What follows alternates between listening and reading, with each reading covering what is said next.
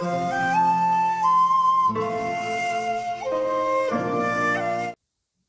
कृष्णा। स्वागत है आप सभी भक्तों का राधा कृष्ण भक्ति पथ में, जो कि कृष्ण भावनामृत हेतु बनाई गई है। भक्तों, भगवत गीता की इस अद्भुत यात्रा में हमने अध्याय 4 समाप्त किया, जहाँ भगवान श्री कृष्ण ने अर्जुन को दिव्य ज्ञान का रहस्य बताया कि यह ज्ञान परंपरा से चला आ रहा है और कर्म करते हुए भी ज्ञान से मुक्त हुआ जा सकता है। अब अध्याय 5 में हम प्रवेश करने जा रहे हैं, जहाँ कर्म संन्यास योग द्वारा भगवान श्री कृष्ण अर्जुन की शंका को शांत करते हुए यह समझाते हैं कि संन्यास और कर्मयोग अलग नहीं, बल्कि एक ही सत्य के दो मार्ग हैं। यहाँ कर्म करते हुए वैराग्य और भीतर की शांति पर विशेष बल दिया गया है। तो आइए अब शुरू करते हैं श्रीमद् भगवद गीता का अध्याय 5, कर्मयोग, कृष्ण भावना भावित कर्म। अर्जुन ने कहा, हे कृष्ण, पहले आप मुझसे कर्म त्याग करने के लिए कहते हैं और फिर भक्तिपूर्वक कर्म करने का आदेश देते हैं। क्या आप अब कृपा करके निश्चित रूप से मुझे बताइए कि इन दोनों में से कौन अधिक लाभप्रद है? भगवान श्री कृष्ण ने कहा, मुक्ति के लिए तो कर्म का परित्याग तथा भक्तिमय कर्मयोग दोनों ही उत्तम है, किंतु इन दोनों में से कर्म के परित्याग से भक्ति युक्त कर्म श्रेष्ठ है। जो पुरुष न तो कर्म फलों से घृणा करता है और न कर्म फल की इच्छा करता है, वह नित्य सन्यासी जाना जाता है। हे महाबाहु अर्जुन, ऐसा मनुष्य समस्त इंद्रियों से रहित होकर भव बंधन को पार कर पूर्णतया मुक्त हो जाता है। अज्ञानी ही भक्ति कर्म योग को भौतिक जगत के विश्लेषणात्मक अध्ययन सांख्य से भिन्न कहते हैं। जो वस्तुतः ज्ञानी है, वे कहते हैं कि जो इनमें से किसी एक मार्ग का भली भांति अनुसरण करता है, वह दोनों के फल प्राप्त कर लेता है। जो यह जानता है कि विश्लेषणात्मक अध्ययन सांख्य द्वारा प्राप्य स्थान भक्ति द्वारा भी प्राप्त किया जा सकता है, और इस तरह जो सांख्य योग तथा कर्म योग को एक समान देखता है, वही वस्तुओं को यथा रूप में देखता है। परंतु हे अर्जुन, कर्म योग के बिना संन्यास अर्थात मन, इंद्रिय और शरीर द्वारा होने वाले संपूर्ण कर्मों में कर्तापन का त्याग प्राप्त होना कठिन है, और भगवत स्वरूप को मनन करने वाला कर्मयोगी परब्रह्म परमात्मा को शीघ्र ही प्राप्त हो जाता है। जो भक्ति भाव से कर्म करता है, जो विशुद्ध आत्मा है और अपने मन तथा इंद्रियों को वश में रखता है, वह सबों को प्रिय होता है और सभी लोग उसे प्रिय होते हैं। ऐसा व्यक्ति कर्म करता हुआ भी कभी नहीं बंधता। दिव्य भावनामृत युक्त पुरुष देखते, सुनते, स्पर्श करते, सूंघते, खाते, चलते फिरते, सोते तथा श्वास लेते हुए भी अपने अंतर में सदैव यही जानता रहता है कि वास्तव में वह कुछ भी नहीं करता। बोलते, त्यागते, ग्रहण करते या आंखें खोलते बंद करते हुए भी वह यह जानता रहता है कि भौतिक इंद्रियां अपने अपने विषयों में प्रवृत्त है और वह इन सब से पृथक है। जो व्यक्ति कर्म फलों को परमेश्वर को समर्पित करके आसक्ति रहित होकर अपना कर्म करता है, वह पाप कर्मों से उसी प्रकार अप्रभावित रहता है जिस प्रकार कमल पत्र जल से अस्पृश्य रहता है। योगी जन आसक्ति रहित होकर शरीर, मन, बुद्धि तथा इंद्रियों के द्वारा भी केवल शुद्धि के लिए कर्म करते हैं।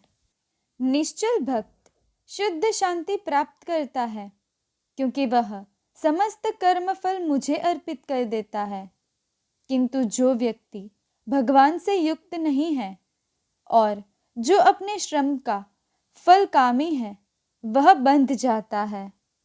जब देहधारी जीवात्मा अपने प्रकृति को वश में कर लेता है और मन से समस्त कर्मों का परित्याग कर देता है, तब वह 9 द्वारों वाले नगर यानी कि भौतिक शरीर में बिना कुछ किए कराए सुखपूर्वक रहता है।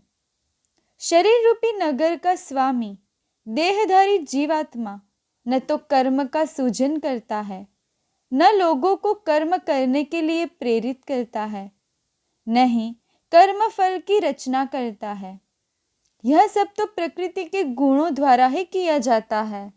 परमेश्वर न तो किसी के पापों को ग्रहण करता है, न पुण्यों को, किंतु सारे देहधारी जीव उस अज्ञान के कारण मोहग्रस्त रहते हैं, जो उनके वास्तविक ज्ञान को आच्छादित किए रहता है।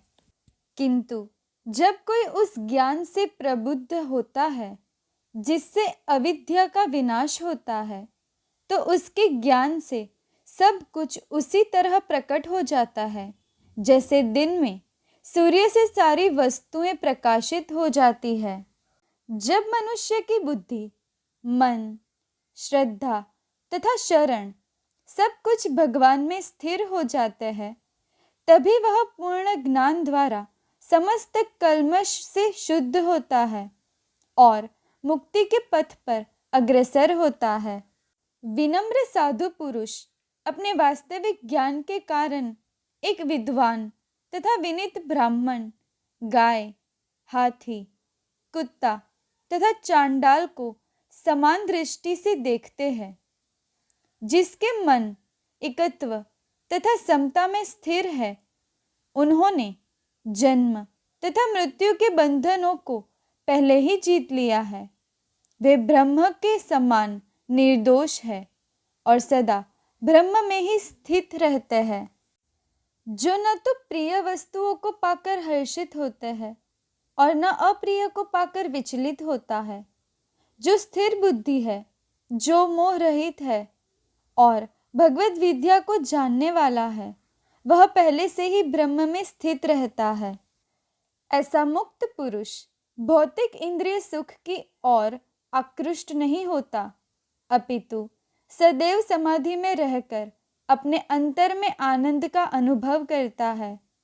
इस प्रकार स्वरूप सिद्ध व्यक्ति परब्रह्म में एकाग्र चित्त होने के कारण असीम सुख भोगता है। बुद्धिमान मनुष्य दुख के कारणों में भाग नहीं लेता, जो कि भौतिक इंद्रियों के संसर्ग से उत्पन्न होते हैं। हे कुंती पुत्र, ऐसे लोगों का आदि तथा अंत होता है, अतः चतुर व्यक्ति उनमें आनंद नहीं लेता। यदि इस शरीर को त्यागने के पूर्व कोई मनुष्य इंद्रियों के वेगों को सहन करने तथा इच्छा एवं क्रोध के वेग को रोकने में समर्थ होता है, तो वह इस संसार में सुखी रहता है। जो अंतःकरण में सुख का अनुभव करता है, जो कर्मठ है और अंतःकरण में ही रमण रहता है, तथा जिसका लक्ष्य अंतर्मुखी होता है, वह सचमुच पूर्ण योगी है। वह परब्रह्म में मुक्ति पाता है और अंततोक्त्वा ब्रह्म को प्राप्त होता है। जो लोग संशय से उत्पन्न होने वाले द्वैत से परे है, जिनके मन आत्म साक्षात्कार में रत है और जो समस्त जीवों के कल्याण कार्य करने में सदैव व्यस्त रहते हैं और जो समस्त पापों से रहित है, वे ब्रह्म निर्वाण मुक्ति को प्राप्त होते हैं। जो क्रोध तथा समस्त भौतिक इच्छाओं से रहित है, जो स्वरूप सिद्ध आत्म संयमी है और संसिद्धि के लिए निरंतर प्रयास करते हैं, उनकी मुक्ति निकट भविष्य में सुनिश्चित है। जो बाहर के विषय भोगों को न चिंतन करता हुआ बाहर ही निकालकर और नेत्रों की दृष्टि को भ्रुकुटी के बीच में स्थित करके तथा नासिका में विचरण करने वाले प्राण और अपान वायु को सम करके जिसकी इंद्रियां, मन और बुद्धि जीती हुई है, ऐसा जो मोक्ष परायण मुनि इच्छा, भय और क्रोध से रहित हो गया है, वह सदा मुक्त ही है। मुझे समस्त यज्ञों तथा तपस्याओं का परम भोक्ता, समस्त लोकों तथा देवताओं का परमेश्वर एवं समस्त जीवों का उपकारी एवं हितैषी जानकर मेरे भावनामृत से पूर्ण पुरुष भौतिक दुखों से शांति लाभ प्राप्त करता है। भक्तों, यहाँ हमारा अध्याय 5 पूर्ण हुआ। इस अध्याय में भगवान श्री कृष्ण ने स्पष्ट किया कि कर्मयोग और संन्यास दोनों ही मोक्ष के मार्ग है, पर निष्काम कर्म अधिक सहज है। जो व्यक्ति कर्म करते हुए फल का त्याग करता है, वही सच्चा सन्यासी और योगी है। समस्त बुद्धि से युक्त साधक संसार में रहते हुए भी बंधन से मुक्त रहता है।